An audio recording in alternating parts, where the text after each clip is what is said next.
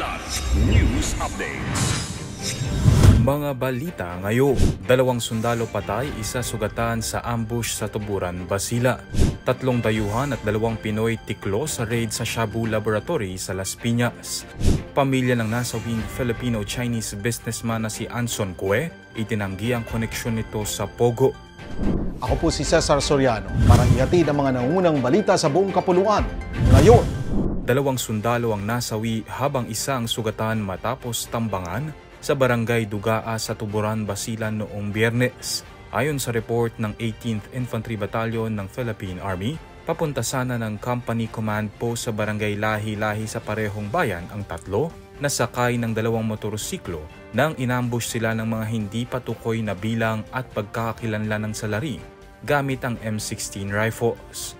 Kinilala ang mga nasawing biktima na sina Sergeant Raymark Batyon at Corporal Jordan Dakipel, habang sugatan naman si Corporal Richie V. Flores. Agad na tumakas ang mga suspect pahilaga habang patuloy ang pagtugis ng militar sa mga ito.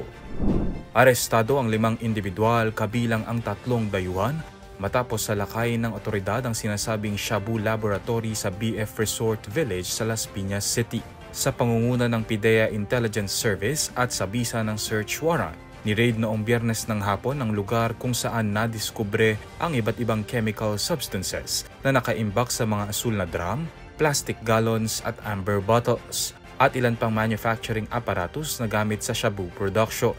Ayon sa otoridad, mabigat na ebidensya ito para patunayan ang pagiging shabu lab ng lugar.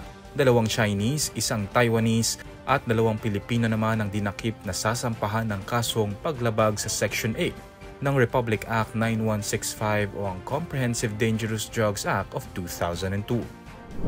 Itinanggi ng pamilya ng nasawing negosyanteng si Anson Cue ang sinasabing koneksyon ng kanilang kaanak sa Pogo na tinitignang motibo ng otoridad sa krimen.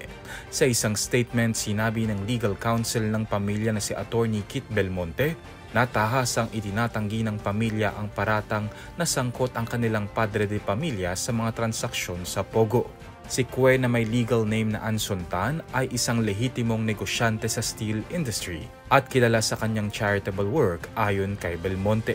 Unang sinabi ng DOJ at PNP na isang Pogo operator umano ang nasa likod ng kidnapping at pagpatay kay Cue at sa driver nito.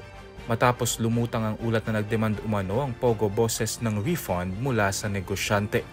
Nanawagan naman ang pamilya sa publiko na maging mapanuri sa kumakalat na balita, kasabay ng pagtiyak nito sa PNP ng kanilang kooperasyon sa investigasyon. Para sa Kidlat News Channel, ako si Renzel Lenon, nag-uula. ako po si Cesar Soriano, kasama nyo sa bawat pagbuto ng balita.